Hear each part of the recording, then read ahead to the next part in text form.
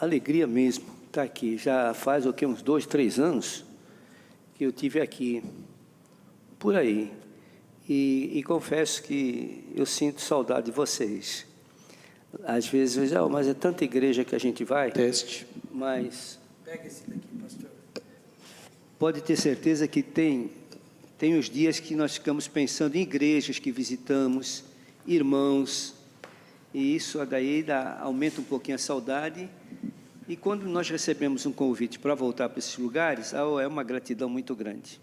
E agradeço o pastor Rômulo, sempre as suas palavras exageradas, mas coração falando, nós acatamos com muito temor a Deus. E 61 anos, né, Rômulo? Não sei se pode falar, mulher não gosta que fale, mas 61 anos e já se vê ali alguma coisinha branca despontando, né? Então, queridos, é muito bom estar aqui com os irmãos. E está comigo a minha querida esposa, realmente mais de meio centenário. Nós estamos casados há 56 anos. Eu sempre falo 57, mas é 56 anos. 1 ano e meio de namoro, 1 ano e meio de noivado, mais 56 de casado, dá 59 anos. Que ela gruda no meu pé. 59 anos. E eu sou muito grato a Deus pela vida da dona Ana. Ô, dona Ana, pode ser que alguém ainda não viu como você está ficando uma velha bonita? Por favor, levanta para eles verem aí, olha só, olha aí. Né? Não existe. Se a minha velha é bonita. Está dizendo que não existe velho bonito? Seu marido está aqui. Bem, queridos, nós recebemos com muito carinho esse convite e queria trazer uma palavra hoje. Irmãos, eu vou falar sobre missões, mas não podia deixar de dar uma palavra também a respeito do que eu venho pregando sempre, já desde 2007. Fui incomodado pelo Senhor para começar a pregar sobre avivamento. E eu tenho pregado esses anos, desde 2007 para cá, as minhas conferências, a maior parte é para falar sobre avivamento. É uma palavra muito estigmatizada no nosso meio. E estigmatizada porque muita gente tem uma ideia muito errada, errônea, do que é um avivamento. E nós estamos vivendo um tempo. Meus irmãos, são 2 coisas que é preciso fazer. A primeira é clamar a Deus que avive a nossa fé. Precisamos de um avivamento. E esse avivamento vai nos levar a fazer, então, aquilo que está exposto ali e que é o tema dessas conferências. Por obra do Espírito Santo, nós seremos despertados mais e mais a amar os ímpios.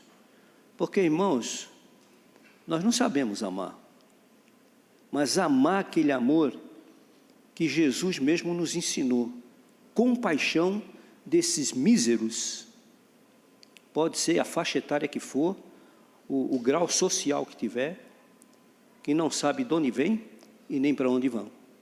E nós sabemos que o caminho deles, sem Cristo, é a perdição eterna. Então, nós temos que ser agentes, embaixadores e mensageiros de Cristo nesse mundo do maligno. O que é um embaixador? O embaixador é aquele que representa um governo na terra de outro, um povo na terra de outro. Então, no caso, nós somos cidadãos da pátria celestial. E estamos aqui, veja bem, estamos aqui representando quem? O reino do céu. Então, veja bem, quando olharem para nós, quando nos analisarem, eles têm que ver que nós não somos desse mundo. Mas somos embaixadores que representamos o Rei Jesus aqui nessa terra. Não somente representamos, mas proclamamos o Rei Jesus aqui nessa terra. Então, me permitam, irmãos, eu tenho lido algumas coisas muito sobre avivamento, e eu gostei demais. Eu não gosto de ler coisas em mensagem, não, mas eu gostei demais destas linhas que foram escritas, e fiz aqui alguns acréscimos, a respeito do que é um avivamento? Será que nós precisamos de um avivamento? Primeiro, o que é um avivamento? O que é um avivamento? Avivamento, vamos dizer assim, à luz da Bíblia, é o vale árido do Becá, não é o que fala no Salmo 84? É como um homem que atravessa o vale do Beca, que é um vale árido, sem vida. Então, o que é avivamento? Avivamento é sair da aridez do vale árido e se transformar numa oliveira verdejante. Isso é avivamento. É você ser despertado, é você ter mais fome, mais sede de Deus, mais amor à palavra, mais amor à oração. É você olhar para esse agente e sentir compaixão, porque é o que esse pessoal precisa, compaixão. Avivamento me faz sempre ter alguma coisa onde eu possa dar a razão da minha fé. Um folheto, seja lá o que for. Mas eu tenho que estar sempre pronto a dar a razão da minha fé. Então, meus queridos, nós precisamos sim de um avivamento. Que tipo de avivamento? Primeiro vamos dizer o que avivamento não é. Avivamento não é gritaria. Avivamento não é línguas, como se costuma dizer aí, línguas estranhas. Não é nada disso. Avivamento não é gritaria. A Bíblia fala, tirai toda a gritaria do vosso meio. Avivamento não é gritaria. Avivamento não é emocionalismo. Avivamento é chorar pelos nossos pecados. E, meus queridos, nós estamos chorando pouco. Veja bem, eu coloquei na primeira pessoa do plural. Nós estamos chorando pouco. Nós choramos por problemas, nós choramos por situações aflitivas, nós choramos por dificuldades, nós choramos por compaixão de queridos nossos, amigos, enfermidades, morte, nós choramos. E pelos nossos pecados, nós estamos chorando? Eu estou chorando pouco. Eu preciso chorar mais. E por quê? Gente, não é preciso ir muito longe. Vocês estão vendo o tempo que nós estamos vivendo? Gente, atrevo-me, à luz da Bíblia, a dizer, um pouquinho de tempo, não é o que está lá em Hebreus, capítulo 10, 37, 35? Ainda um pouquinho de tempo, eu gosto da tradução, Almeida Antiga, um poucochinho de tempo, e o que há de vir, virá e não tardará. Podemos falar isso agora, não tardará mesmo. Nós estamos vendo, gente, nós estamos vendo, e repararam como as coisas estão acontecendo tão depressa. Então, queridos, nós precisamos de um avivamento de lágrimas e oração intercessória. Sei que os irmãos oram, precisamos orar mais.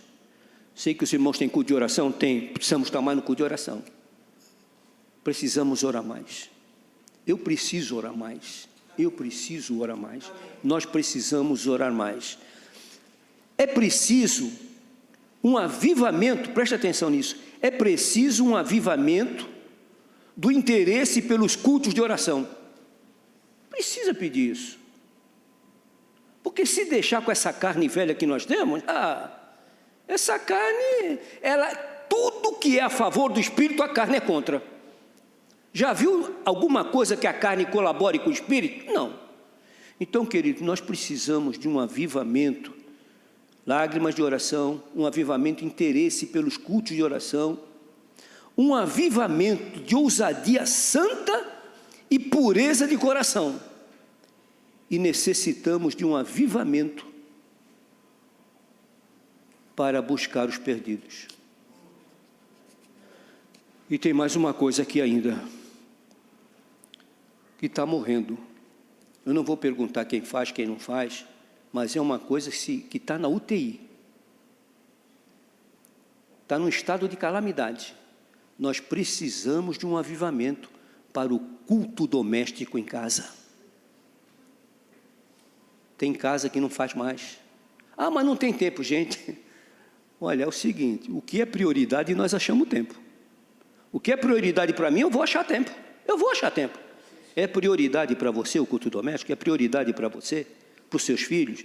Não sei, mas sai um, entra outro, você vai para a escola, escola, trabalho.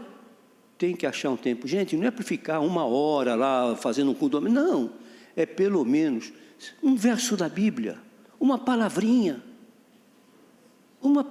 só, para animar o coração, fortalecer, pronto. O culto doméstico, infelizmente, está morrendo. Então precisamos de um avivamento que faça esse culto doméstico reacender. Dito estas palavras, agora entrando no outro assunto, o gol da igreja. Vocês ouviram bem, gol. Gol. A igreja marca gol? Faz gol? Depende. Toda a igreja deve fazer o gol. Nós vamos abrir a palavra, então, em Filipenses 3,14. Filipenses, capítulo 3, o verso 14, em reverência à leitura das Escrituras Sagradas, vamos nos colocar em pé.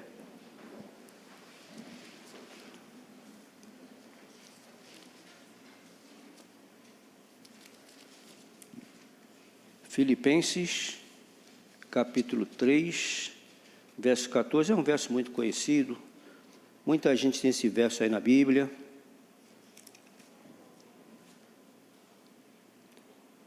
Três, 14.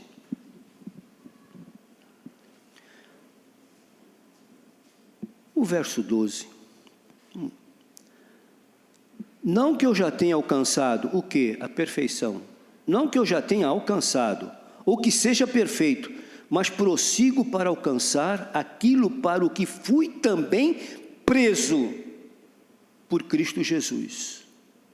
Irmãos, quanto a mim, não julgo que eu haja alcançado, mas uma coisa eu faço, e é que, esquecendo-me das coisas que atrás ficam, e avançando para que estão diante de mim, prossigo para o gol.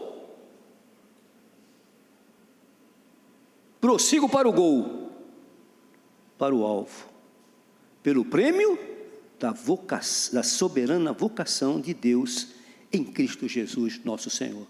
Abençoe ele a leitura da sua santa palavra. Podeis sentar, meus amados.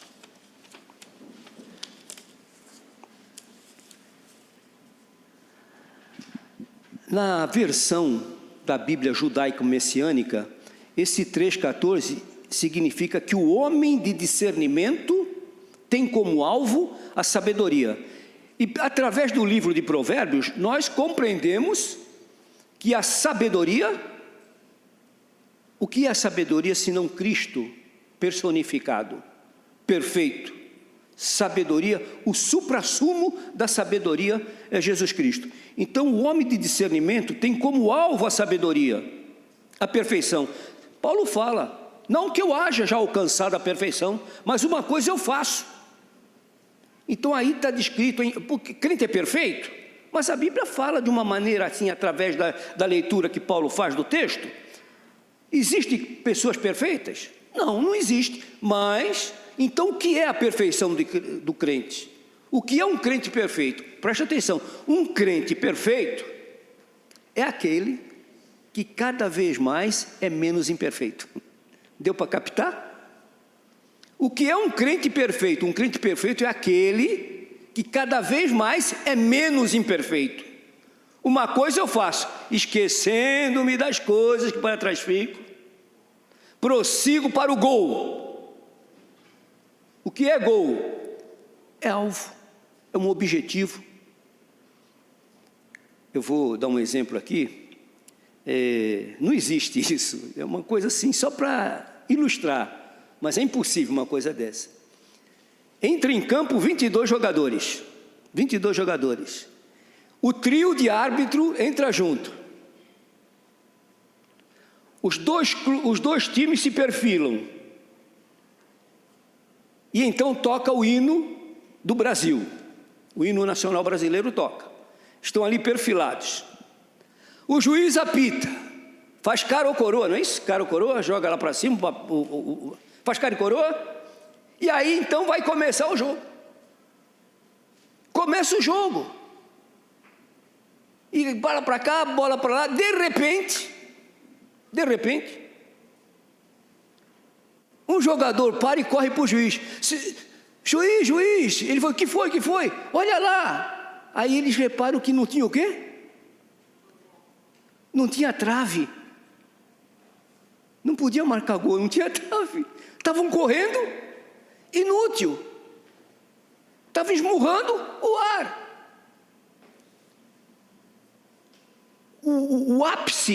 O ápice do jogo é quando é gol. A bola entra na trave, bate, entra lá, é gol, balançou a rede, é gol. Então o mais empolgante é quando o narrador que está narrando o jogo, ele diz gol. O que significa isso quando ele está gritando gol? Significa objetivo alcançado, meta alcançada. Então tudo isso é o resumo da palavra gol. Pastor, onde nós vamos chegar? Gente, qual é o gol da igreja? Qual é o maior gol da igreja?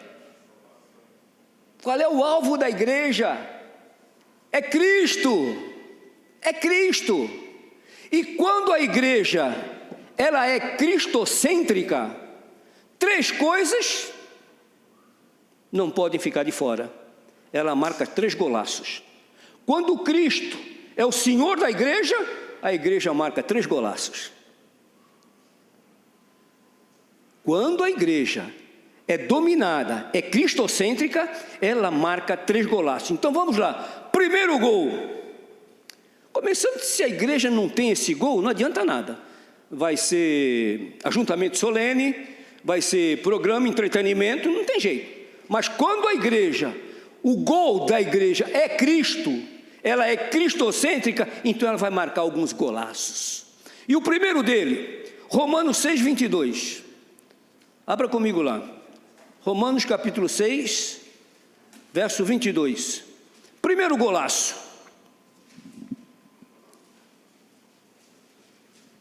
Mas agora, libertados do pecado e feitos servo de Deus, tendes o vosso fruto para santificação e por fim a vida eterna. Primeiro golaço. Eu procuro mais semelhança com Cristo. Primeiro golaço. Eu quero ser parecido com Jesus. Isso é avivamento. Primeiro golaço. Eu quero mais e mais crescer na minha vida espiritual. A vereda do justo é como a luz da aurora, vai brilhando mais e mais, até ser o quê? Dia perfeito. A vereda do crente é como a luz da aurora, vai brilhando, até se tornar um dia perfeito. É a nossa vida. Hoje, mais crente do que ontem. Amanhã, mais crente do que hoje. Mais bela, mais formosura de Cristo na nossa vida. Dentro de casa, como pai, como marido, como esposa, como mãe, como filhos, como pais. Isso é a beleza de Cristo na minha vida. É a santificação, irmãos. A salvação, ela é um ato imediato. Creu, está salvo. Santificação não é imediata, ela é um processo. Esquecendo-me das coisas que para trás ficam, eu prossigo para marcar gol, eu prossigo para o gol, eu prossigo para o alvo. E aqui está, primeiro, quem é crente tem que ser santo. Não é o que diz a Bíblia? Quem é crente tem que ser santo.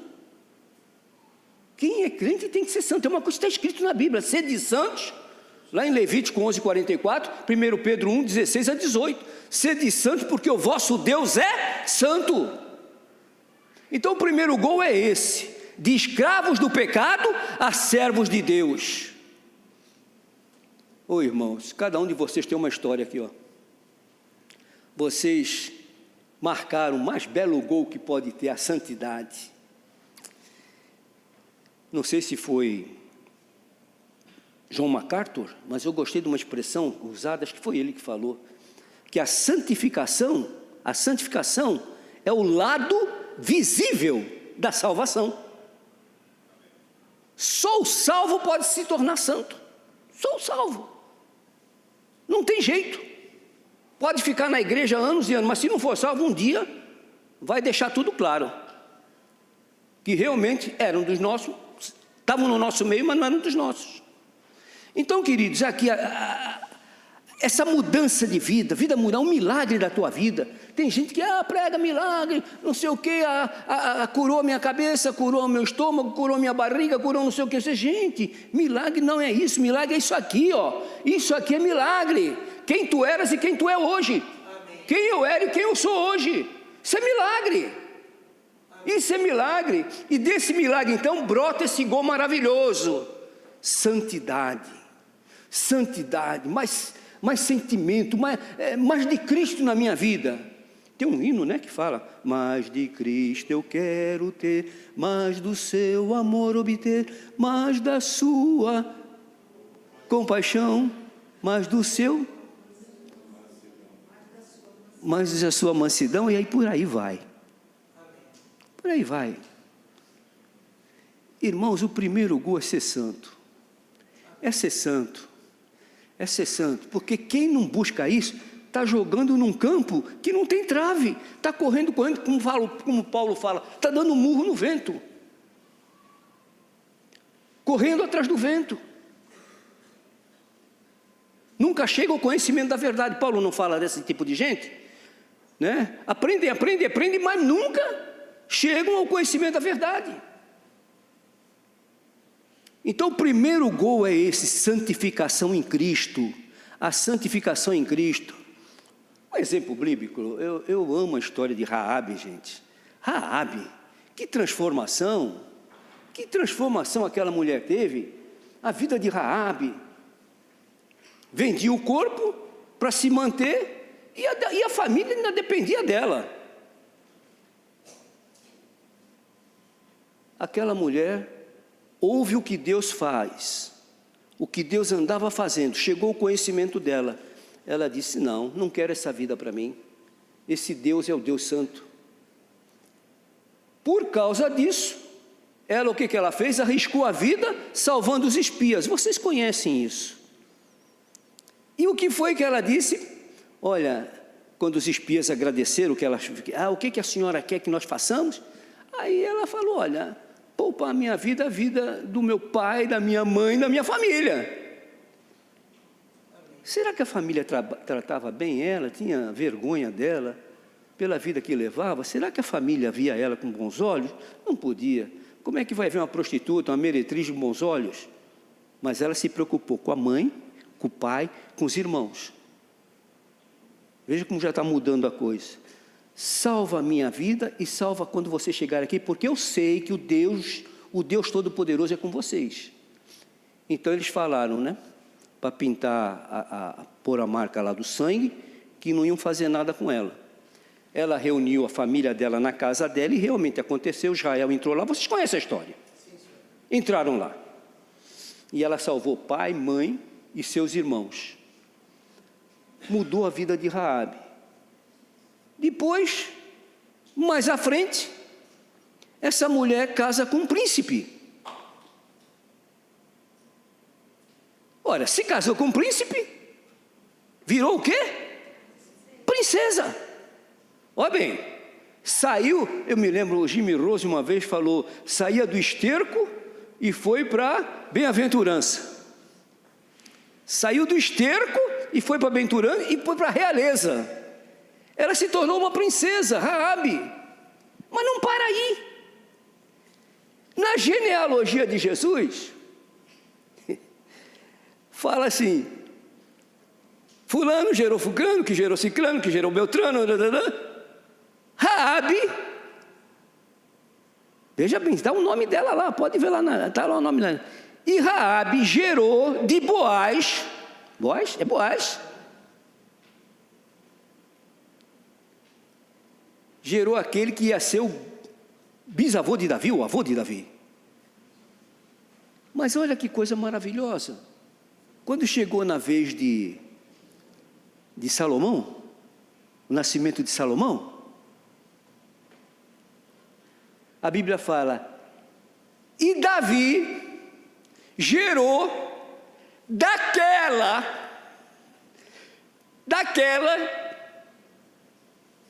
que foi a mãe de Salomão. Daquela. Mas Raabe não, Raabe aparece o nome lá, Raabe, a prostituta. Mas o nome de Betseba foi omitido. Não está escrito Betseba lá não tem nem o nome dela. Gerou daquela que foi mulher de Urias a Salomão. Mas não acaba aí não. Não acaba aí não.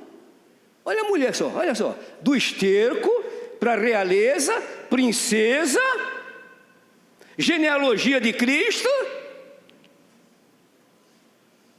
galeria dos heróis da fé. Galeria, isso é o evangelho, gente. Quantas Raabes por aí. Amém. Quantos Zaqueus estão perdidos por aí. E nós temos a palavra, nós temos a palavra, precisamos ir.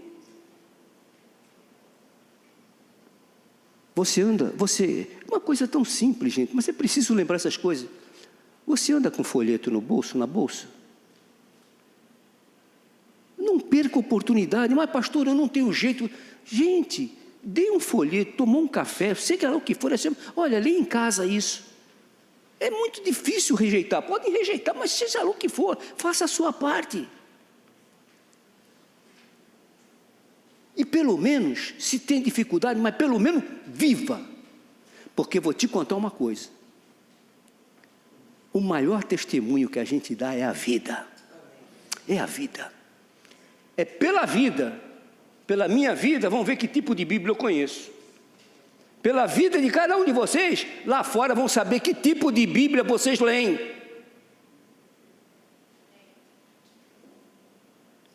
Foi Davi Ben-Gurion. Davi Ben-Gurion, quando ele era presidente de Israel, ele disse uma coisa para o missionário. Ele disse, se vocês levarem com seriedade o que vocês ensinam do Brit Hadashah, que é o Novo Testamento, vocês vão conseguir muita coisa em nosso meio. Captou isso? Se vocês viverem o que está escrito ali mesmo. Então ande com seu folhetinho, dê seu testemunho. E sabe de uma coisa? Uma coisa que eu sempre faço questão de falar, mesmo que eu seja repetitivo em qualquer lugar que eu vou. Gente, quem não é crente em casa não é crente em lugar nenhum. Nosso campo missionário começa dentro de casa. Meu filho, o que ele está vendo em mim? O que eu vejo em meu pai? O que eu vejo em minha mãe? O que minha mãe vê em mim? Começa dentro de casa. Como é que meu pai vive com minha mãe com meu pai?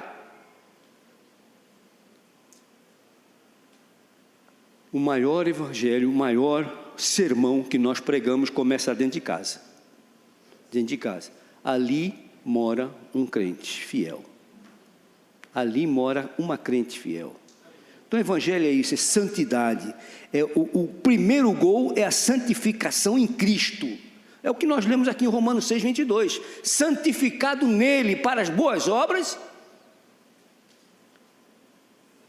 e para dar testemunho e a razão da nossa fé. Que gol maravilhoso, né? Eu fico pensando assim, olha, gente, Lucas, capítulo 10, verso 38 a 42, Maria, a Bíblia fala ali, né, que a Marta estava tão atarefada. Eu não condeno Marta, não é isso. Mas ela poderia ter feito o que Maria fez também. Vai atrasar o almoço, não importa, a irmã se preocupou mais com a parte melhor, aos pés de Jesus. E note uma coisa, quando o crente vai para o pé de Jesus, ele não consegue depois fazer outra coisa a não ser viver ao pé da cruz. Querem ver uma coisa? Olha lá, em Lucas 10, 38 a 42, ela estava aos pés de Jesus. Agora, o resultado dela estar aos pés de Jesus, você vai para João 12, de 1 a 3, Aí ela vai também novamente aos pés de Jesus, perfumá-lo, abençoá-lo, lavar os seus pés. Irmãos, isso é santidade, isso é mudança de vida. Isso é mudança de vida, é transformação. Crente que é crente tem que ser santo. Tem que ser santo. Não é preciso, tem que ser santo. E eu só serei santo se eu andar humildemente diante de Deus, clamando e buscando esse despertamento na minha vida. Em segundo lugar, o segundo golaço, consequência do primeiro gol. Aí vamos caminhando para uma goleada. Segundo lugar, golaço. João 1, 40 a 42. João capítulo 1, 40 a 42. Como eu dizia, quando eu venho aqui, conversando com o Rômulo às vezes me lembra muito o Jimmy Rose, já falei para ele. O Jimmy Rose, está comigo? Está comigo? Amém ou não? João 1, 40 a 42. Olha só que coisa tremenda isso aqui.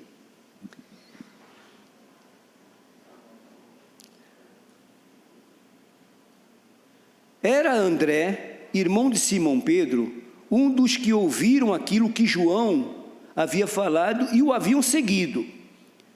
Olha, guarde bem aí, André. Era André, irmão de quem? Irmão de quem? Simão Pedro, olha aqui. André era irmão de Pedro.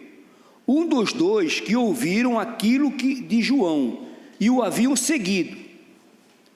Este, André, achou primeiro a seu irmão Simão Pedro e disse-lhe, olha só, achamos o Messias. Agora o verso 42. O que fez ele então? E o que ele fez? E levou quem? Levou quem? Mas quem era o irmão? Simão Pedro. Levou Simão Pedro para quem? A Jesus. Levou Simão Pedro a Jesus. Mas olha, a Bíblia não fala muito em André, gente. É interessante isso. É um discípulo lá que não se fala muito nele. Mas teve uma coisa, ele levava as pessoas a Jesus. Já repararam isso? Como? Primeiro levou Pedro. Segundo, onde é que nós vamos arrumar tanto dinheiro, tanto pão para trazer para esse povo? Quem estava lá? André. Senhor, tem um menino aí, que ele tem 5 pães e 2 peixinhos. E a Bíblia fala que André foi buscar quem? O menino. E levou o menino aonde? Aos pés de Jesus. Essa era a função de André, levar aos pés de Jesus. Mas não parou aí não. Aí vem os gregos. Os gregos queriam ouvir falar de Jesus, queriam saber quem era Jesus, queriam uma entrevista com Jesus. Quem foi que levou os gregos a Jesus? André. Não se fala muito nele, mas ele levava as pessoas a Cristo. Não se fala muito naquele irmão nem naquela irmã, mas ela está lá com folhetinho, ela está lá com o joelho dobrado, ela está lá levando gente a Cristo. Golaço! Golaço! Aí é um grito de gol meu, objeto cansado, objetivo alcançado, meta alcançada. André creu, tinha mensagem e correu para buscar o irmão. Que coisa maravilhosa. Mateus 28, 18 a 20. Portanto, ide, fazei discípulos. Marcos 16, 15. Ide por todo mundo. Mas pastor, mas você aqui, seu mundo é aqui? Tá bom, aqui faça um campo missionário dentro da tua casa. Evangelho não se impõe. Evangelho nós vivemos e pregamos. Vivemos e pregamos, porque pregar sem vida não dá certo. Não dá certo. Então, queridos, segundo Cristo é o alvo, por que nós estamos tendo uma piora nesse mundo tão miserável do jeito que está? É um cristianismo sem Cristo. Estão pregando um cristianismo aí que não tem nada de Cristo. É um cristianismo onde Cristo já saiu. A igreja agora não é mais cristocêntrica. Ela é antrocêntrica. É o homem no centro. É o homem no centro. A palavra de Deus foi tirada. Então tem que ser aquela palavra do politicamente correto. Aí a casa cheia. É casa cheia. Agora, já que nós estamos no final do tempo, e estamos mesmo, e Cristo está para voltar, são duas coisas que a igreja tem que fazer. Primeiro, é aquela ordem do profeta: prepara-te para te encontrares com o Senhor teu Deus. E segundo, agora é que tem que sair mesmo. Porque nós estamos vivendo um tempo em que Deus prolongou. Por que ainda não aconteceu o fim? Pedro não explica? Porque Deus, não querendo que os homens se percam, ainda prolongou esse tempo, para ver se ainda consegue salvar alguns. Saiamos a campo. Saiamos a campo. Coloque a sua vida na mão dele. Eis-me aqui, vou distribuir folheto, vou fazer isso. Trabalhe para Jesus, ele paga bem. Amém. Trabalhe para ele, vale a pena. Você quer ver uma coisa? Pensa nessa perguntinha que eu vou te fazer. Sexta-feira, é isso? Sexta-feira, happy hour. Happy hour, what? Right? Happy hour. Onde tu estaria se tu não fosse crente? Não é, Cleto? Onde nós estaríamos? Onde você estaria? Onde eu estaria? Ah, mas eu não gosto dessas coisas. Eu não gostava, mas o mundo gosta e tu não queria ficar por fora, tu ia fazer o que o mundo gosta também, está no mundo. Mas tu está aqui, meu filho. Você está aqui lavado, purificado, regenerado pelo sangue de Cristo.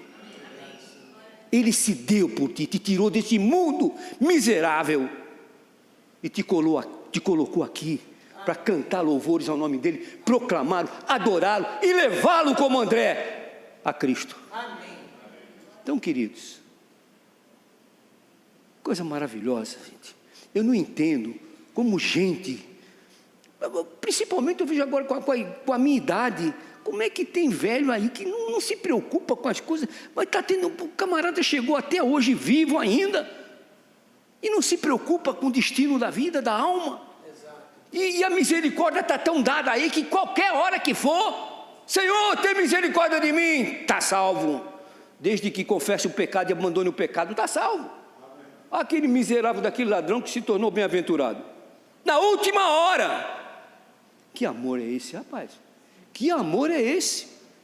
Quando eu olho para dentro de mim, eu não gosto do que eu vejo, não. Eu não gosto do que eu vejo dentro de mim, não. Porque a maldade nasceu comigo. Vocês já nasceram, e eu também, mortos em delitos e pecados. Nós somos réu do inferno. Mas Jesus veio, e com o seu sangue, por isso é que eu amo aquele hino, é o meu hino, né, Romulo? É o meu hino. Lá na primeira igreja eu vou ser enterrado com esse hino. Na hora que pegar e tampar o caixão lá, já falei para minha mulher, ó, manda o coral cantar Maravilhosa Graça. Nunca vi um hino que fale tão mostrando que a graça é como esse hino. É maior que a minha vida inútil, é maior que o meu pecado vil, o nome de Jesus engrandecei e glória dai. Amém. E glória dai. Claro que tem que ser meu hino. Quando eu olho para mim, oh, graça, graça, graça.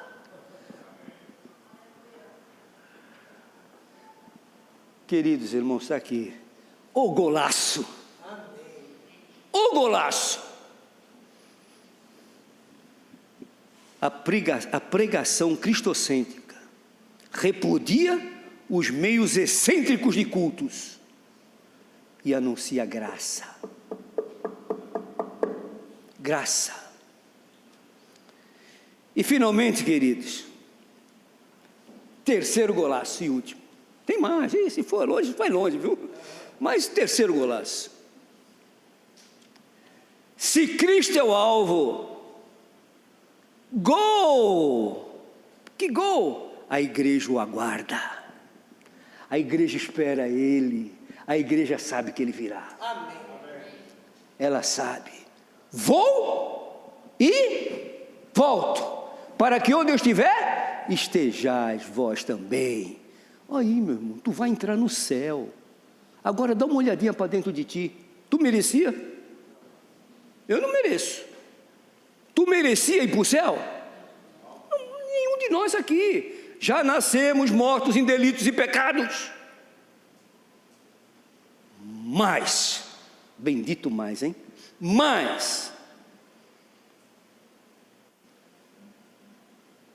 no tempo presente, na época certa,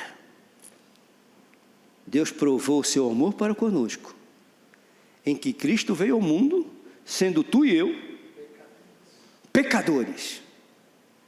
E aí João diz assim, e ele, não sei se eu já falei isso aqui alguma vez, mas, não perdendo a direção do que estou falando, mas vocês sabem, não se escandalizem, eu creio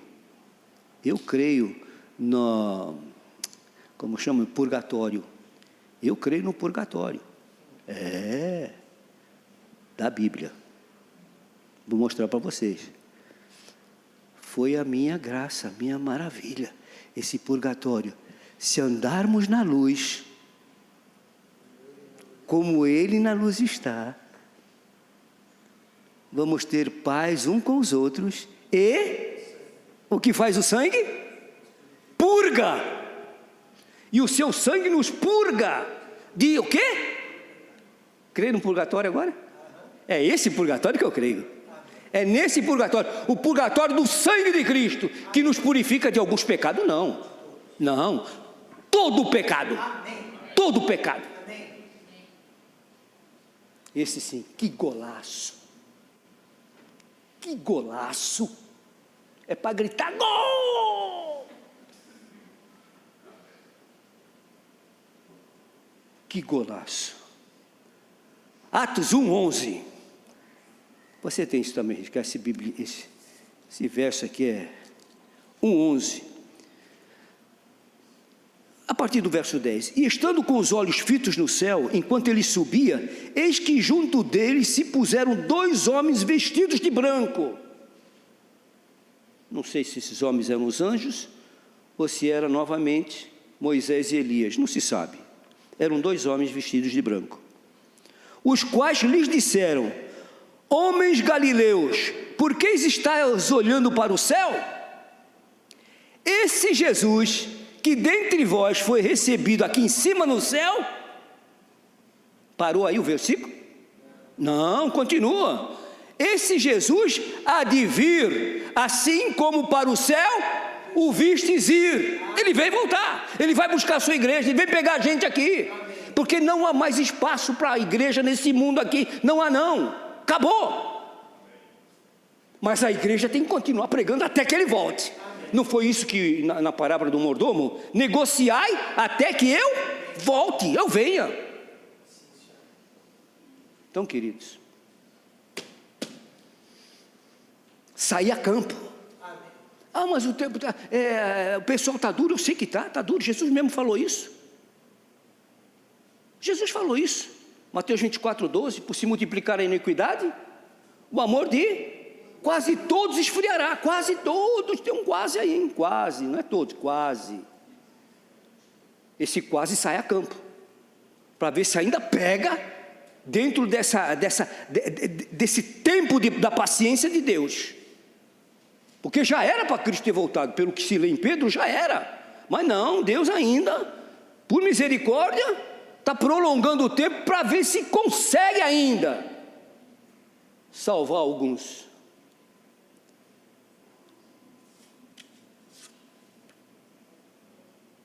Aguardá-lo com as mãos no arado.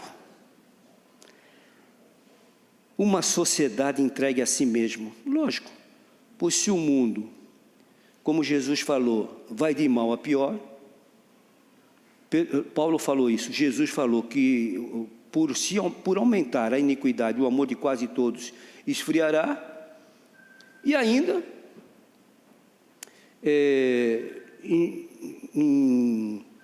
acho que é Mateus 18, Lucas 18:8, ele diz o seguinte: em voltando o Filho do Homem, achará o quê? Em voltando o Filho do Homem, vai achar fé na terra? Vocês estão vendo como é que está tudo aí, gente? Estão tudo fazendo pouco de Deus. Teve não sei se vocês chegaram a ver isso, teve uma manifestação nos Estados Unidos de pessoal a favor ao aborto. E eles fizeram baba que chama de futebol. É um joguinho, esse tipo de jogo, né, que a gente faz, junta os dois, um grupo, e aí pega 4 para cá, 5 para lá, ou 5, e começa a jogar bola. Põe uma travinha pequenininha e faz jogo de bola lá na rua. Então, esse pessoal favorável ao aborto, eles fizeram um jogo de bola. Qual foi a bola? Quem viu a matéria sabe. Qual foi a bola que eles estavam chutando? A Bíblia. A Bíblia.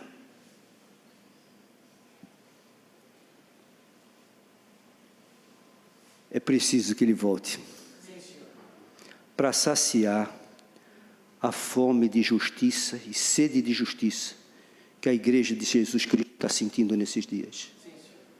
Por isso ele precisa voltar. E nós estamos a esperá-lo. Que golaço! Não somos como os demais que não têm esperança. Mas nós temos a esperança. E a esperança nós aguardamos a sua volta. Convém que ele reine. Queridos irmãos, está aqui uma sociedade entregue a si mesmo.